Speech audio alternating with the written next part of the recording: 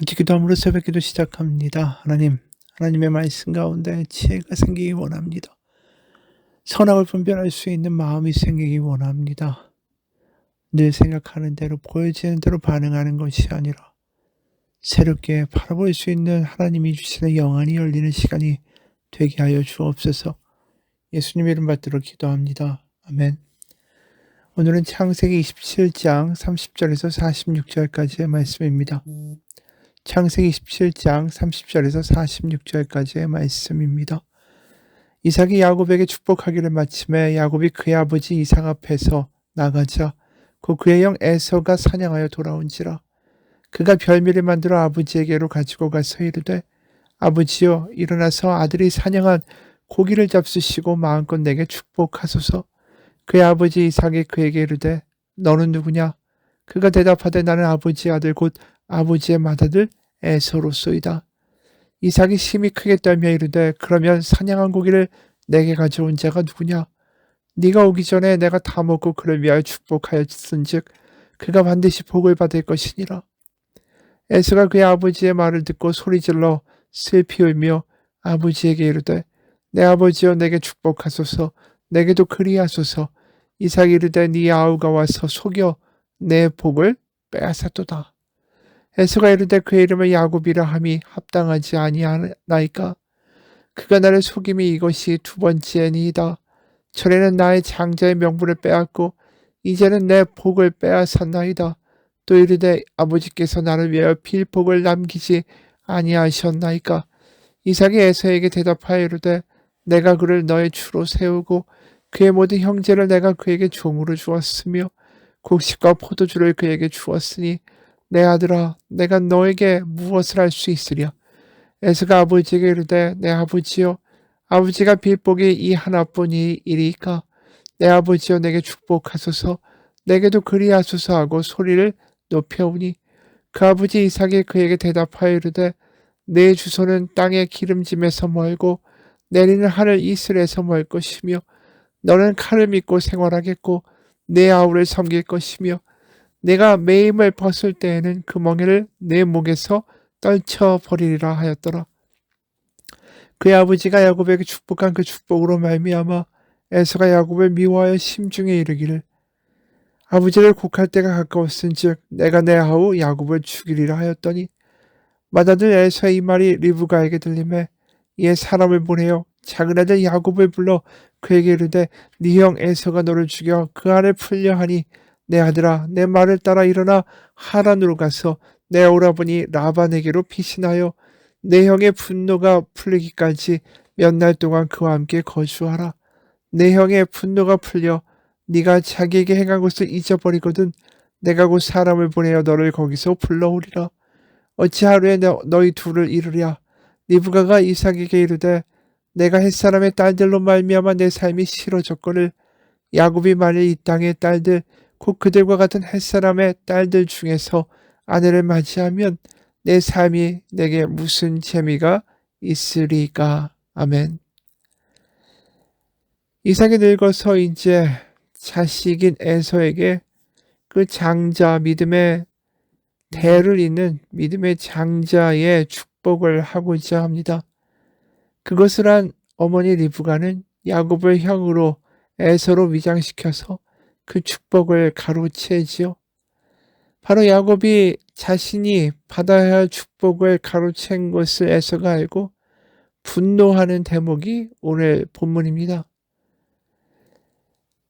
이삭이 이제 에서가 돌아와서 축복을 해달라고 하니까 그제서야 깨닫는 거죠.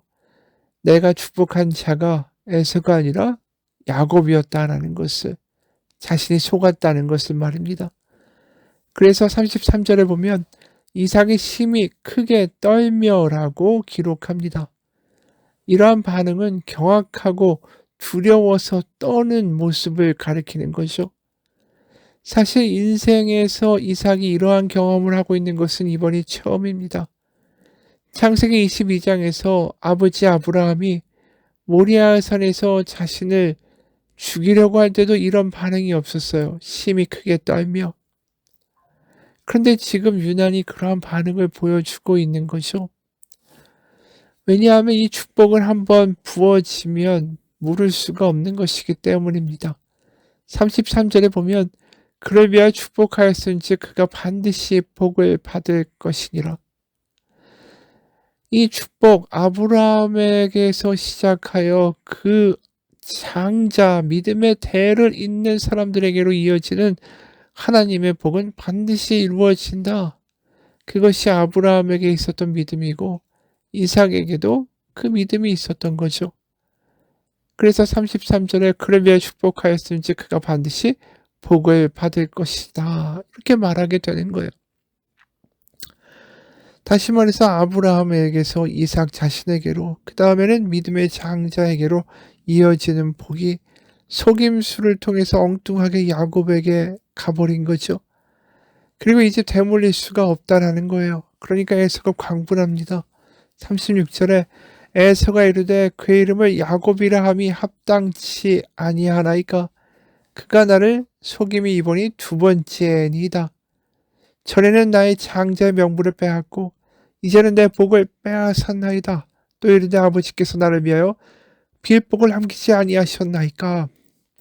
그러니까 그 전에 장자의 명분이라는 것은 바로 장자들은 유산을 2배를 받는 그 역할을 하는 거죠. 왜냐하면 그 가문의 대를 잇는 장자는 재산을 많이 받아서 그 가문 가운데 너무 먹고 살기 힘들어서 노예가 됐다든가 어려운 일을 당했다든가, 그럼 자신이 가진 이 2배 되는 유산을 가지고 그 사람을 속량해주고 어려운 걸 돕고 집안 대소사를 관할해야 되기 때문에 재산을 2배를 주는 거죠. 그게 장자의 명분이고 그게 장자권이었어요.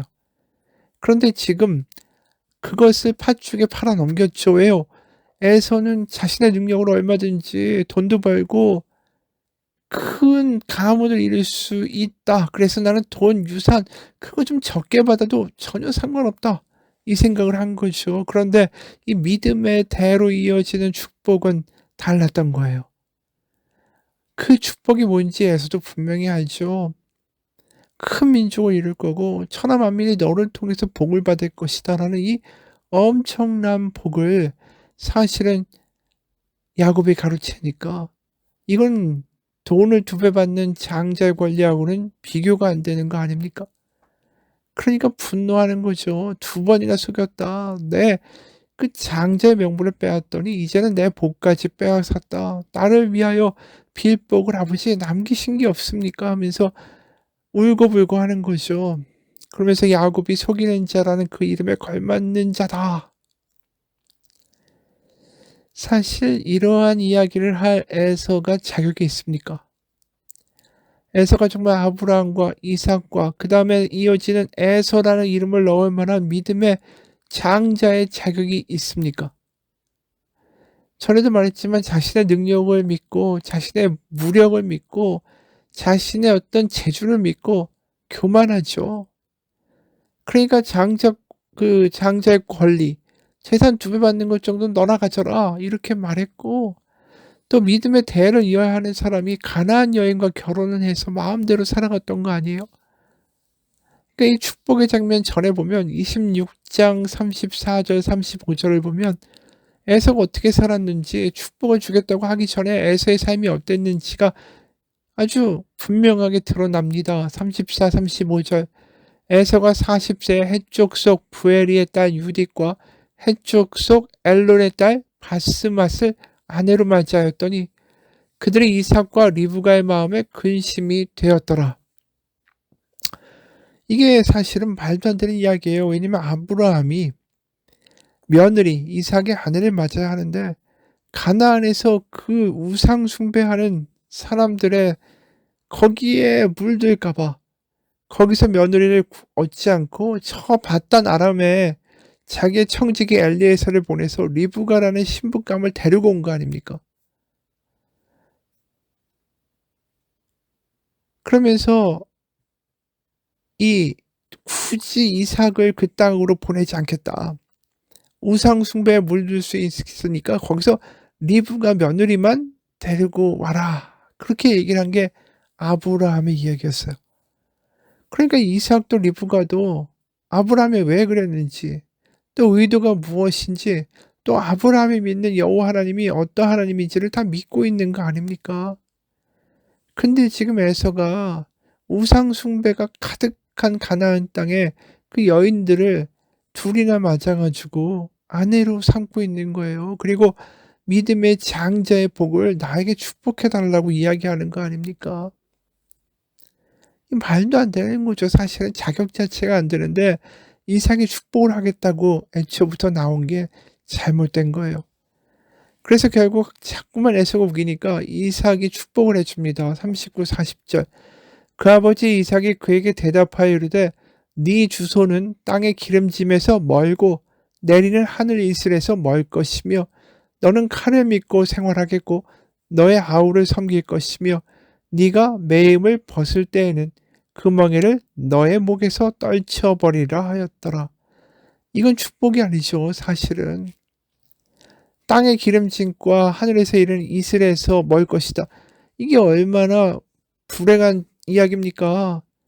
땅이 기름지고 곡식이 나야 되는데 이 비도 제대로 이슬도 제대로 안 내리니까 척박한 땅에 살게 될 거고, 그래서 칼을 가지고 사람들을 약탈하면서 살 것인데 너는 그런데 너의 아우 야곱의 후손들을 섬기게 될 거고 거기에 정복당하는 삶을 살게 될 것이다.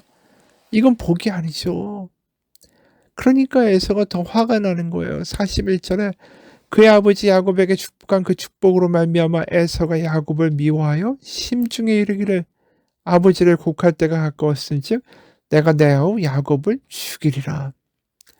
이걸 알게 된 어머니 리브가가 야곱을 자신의 친정으로 보내게 됩니다. 42절부터 45절입니다. 맏아들 에서의 이 말이 리브가에게 들리매 이에 사람을 보내어 작은 아들 야곱을 불러 그에게 이르되 네 형 에서가 너를 죽여 그 한을 풀려 하니 내 아들아 내 말을 따라 일어나 하란으로 가서 내 아버지 라반에게로 피신하여 네 형의 노가 풀리기까지 몇 날 동안 그와 함께 거주하라. 네 형의 분노가 풀려 네가 자기에게 행한 것을 잊어버리거든 내가 곧 사람을 보내어 너를 거기서 불러오리라. 어찌하려 너희 둘을 잃으랴. 여기서 리브가는 어떤 생각을 가지고 있어요. 네 형의 에서의 분노가 풀리기까지 몇 날 동안 그와 함께 거주하라. 네 형의 분노가 풀려서 네가 자기에게 행한 것을 잊어버리면 내가 사람을 보내서 내 친정에서 너를 불러올 거다. 그러니까 이 사태가 해결되는 게 그렇게 오래 안 돼서 다 해결될 거라고 리브가는 믿고 있었어요. 하지만 그게 그 뜻대로 안 됩니다. 야곱을 그렇게 보냈는데 그 에서와 야곱을 얻기까지 하나님한테 20년을 기다리면서 기도했던 거 아닙니까? 그런데 이제 보내면서 20년의 생이별의 시간이 이루어지게 돼요. 야곱이 금방 올 수가 없는 거죠. 이 리브가는 인간적인 생각으로 얼마 지나지 않아서 다 회복될 거라고 믿지만 그 뜻대로 전혀 안 되는 거예요. 그리고 축복을 받고 야곱은 그 축복이 나에게 주어졌다라는 자신감을 가지고 갔을 거 아니에요? 근데 외삼촌 집에 갔는데 이 종살이나 하고 있고 속임수에 또 당하고 이게 축복받은 인생으로 이렇게 펼쳐지지가 않는 겁니다. 게다가 이 야곱이 갔던 리브가의 친정은 사실은 이 우상 숭배를 하는 집안이었다라는 거죠. 엘리에셀에게 이제 아브라함이 며느리를 데리고 오라고 하면서 말하는 대목이 이렇습니다. 세 번역으로 그 종이 아브라함에게 물었다. 며느님이 되실 여인이 저를 따라오지 않겠다고 거절하면 어떻게 해야 합니까? 제가 주인 어른의 아드님을 데리고 주인께서 나오신 그 고향으로 가야 합니까? 아브라함이 그에게 말하였다. 절대로 나의 아들을 그리로 데리고 가지 말아라. 주 하늘의 하나님이 나를 나의 아버지 집 내가 태어난 땅에서 떠나게 하시고 나에게 말씀하시며 나에게 맹세하여 이르시기를 내가 이 땅을 너의 씨에게 주겠다 하셨다. 그러니 주님께서 천사를 너희 앞에 보내셔서 거기서 내 아들의 아내 될 사람을 데려올 수 있도록 도와주실 것이다. 그러니까 아브라함도 사실은 거기 이삭을 보내는 것을 꺼려했죠. 그런데 엉뚱하게 지금 야곱은 거기 가서 20년 동안을 고생하게 되는 거예요. 참 이게 굉장히 어떻게 보면 당황스러운 일이죠. 아내가 이 야곱을 친정으로 보내겠다고 이야기할 때, 그리고 거기서 이제 장가를 들어서 가나안 땅의 여인이 아니라 다른 여인을 취하겠다라고 이야기하게 될 때, 사실 아브라함이 했던 일을 생각하면 이삭이 쉽게 결정할 수 있는 문제가 아니죠. 왜냐면 이제 야곱에게 장제 축복을 주었으니까 여호와 신앙 안에서 이 자식을 길러내야 될 거 아닙니까? 그러면 자기가 어떻게 해야 돼요? 아브라함처럼 사람을 보내서 바단 아람 땅에서 며느리 될 사람을 데려와야죠. 리브가를 자신이 얻은 것처럼. 근데 그냥 야곱을 쉽게 보내버리겠다라는 거예요. 아내가 이 말하니까. 46절에 리브가가 이삭에게 이르되 내가 햇사람의 딸들로 말미암아 내 삶이 싫어졌거늘 야곱이 만일 이 땅의 딸들 곧 그들과 같은 햇사람의 딸들 중에서 아내를 맞이하면 내 삶이 내게 무슨 재미가 있으리까. 그러니까 이 에서가 마지가 야곱을 죽이려고 해서 내가 지금 보내야 되겠다, 도망가게 해야 되겠다라는 말 하지도 않고 그냥 이렇게 이야기하니까 덥석 그렇게 야곱을 보낸다라는 거예요. 그러니까 지금 이삭의 모습을 보면 믿음이 있는 것 같으면서도 허술하다라는 것을 느끼게 되는 거죠. 그래서 우리가 27장의 시작이 굉장히 유난히 이 구절로 시작해요. 1절이 이삭이 나이가 많아 눈이 어두워 잘 보지 못하더니 맏아들 에서를 불러 이르되 내 아들아 하매 그가 이르되 내가 여기 있나이다. 그가 육신의 눈만 먼 게 아니라 영적인 눈도 멀었죠. 에서에게 장자의 축복, 그 믿음의 장자로 세우겠다라는 것도 눈이 멀은 거고, 이 야곱을 또 바단 아람으로 냅다 아내의 말을 듣고 보내는 것도 영적인 분별력이 떨어진 거예요. 이삭이 정말 어떻게 보면 모리아산에서 아버지가 자신을 바치려고 하면서 살아났던 그 믿음의 하나님을 경외하는 그 체험을 했던 사람 아닙니까? 근데 지금은 영적인 눈이 이렇게 어두워져 있는 거예요, 분별력이. 우리가 이 믿음을 지켜간다는 게 쉽지 않습니다. 이삭이 잘못된 선택을 하는데 그가 이런 잘못된 선택을 하고 눈이 멀게 된 것이 하루아침에 이루어진 것이 아니다라고 성경은 말해요. 왜냐하면 25장 그 앞에 보면 28절에 보면 이런 의미심장한 말씀을 기록합니다. 25장 28절 이삭은 에서가 사냥한 고기를 좋아하므로 그를 사랑하고 리브가는 야곱을 사랑하였더라. 이삭이 에서를 더 좋아하고 선호했던 이유가 뭡니까? 에서가 사냥한 고기를 좋아했기 때문이라는 거예요. 그러니까 이게 믿음 때문에 야곱이 에서를 이삭이 에서를 편애한 거나 믿음의 어떤 장자로서의 자질이 있기 때문에 이 사람을 에서를 선호한 것이 아니라 고기를 좋아했기 때문에라고 말하는 거죠. 이게 쌓이다 보니까 엉뚱한 길로 가게 된 거죠. 여러분, 우리도 마찬가지예요. 눈에 보이고 내 입에 맛있고 내가 편한 길을 선택하다 보면 어느 순간 영적 분별력이 점점 사라지기 시작합니다. 우리가 내 눈에 좋아 보이는 것이 선이라고 생각하는 순간에 우리는 무너지는 거예요. 점점 하루하루의 이 선택들이 쌓여서 어느 순간에 이삭처럼 하나님과 거리가 먼 곳으로 우리가 어느 순간 떠나게 된다라는 것입니다. 여러분, 오늘 하루의 선택이 중요하죠. 오늘 하루에서 하나님의 뜻대로 분별하기를 강구하고 하나님의 길에 가기를 강구할 때에 우리는 나중에 엉뚱한 길로 가지 않을 지혜로운 선택을 하는 거예요. 지금 1도가 벗어나죠. 이게 1년만 지나면 엄청나게 딴 데로 가게 되는 거예요. 생각해 보세요. 지금 1도가 별 차이 안 나는 것 같지 않습니까? 1도나 5도나 뭐 거기서 거기지. 이게 열흘이 지나고 1년이 지나면 엉뚱한 데로 가 있지 않습니까? 오늘 하루 하나님 안에서 올바른 길을 가는 하루가 되기를 주님의 이름으로 축원합니다. 기도하겠습니다. 믿음이 있다라는 이삭도 하나님의 말씀에 따라서 그 우물을 파면서 우물을 또 버리면서 하나님만 믿고 살았던 이삭의 말년의 모습이 너무나도 안타깝습니다. 그가 영적으로 둔감해졌고 그 둔감함은 하루하루의 선택들이 쌓여서 결국 엉뚱한 지경까지 이루어진 것입니다. 하나님 안에서 깨어나서 다시 하나님의 길로 되돌아갈 수 있는 지혜가 있게 하옵소서. 오늘 하루 하나님 안에서 거하면서 하나님의 뜻대로 분별하고 말하고 살아갈 때에 우리는 하나님이 주시는 축복의 길을 다시 걷게 될 거라고 믿습니다. 내가 보이는 선악이 아니라 하나님이 주시는 선악의 뜻대로 분별할 수 있도록 하나님 성령으로 지혜 충만하게 하옵소서. 예수님 이름 받들어 기도합니다. 아멘.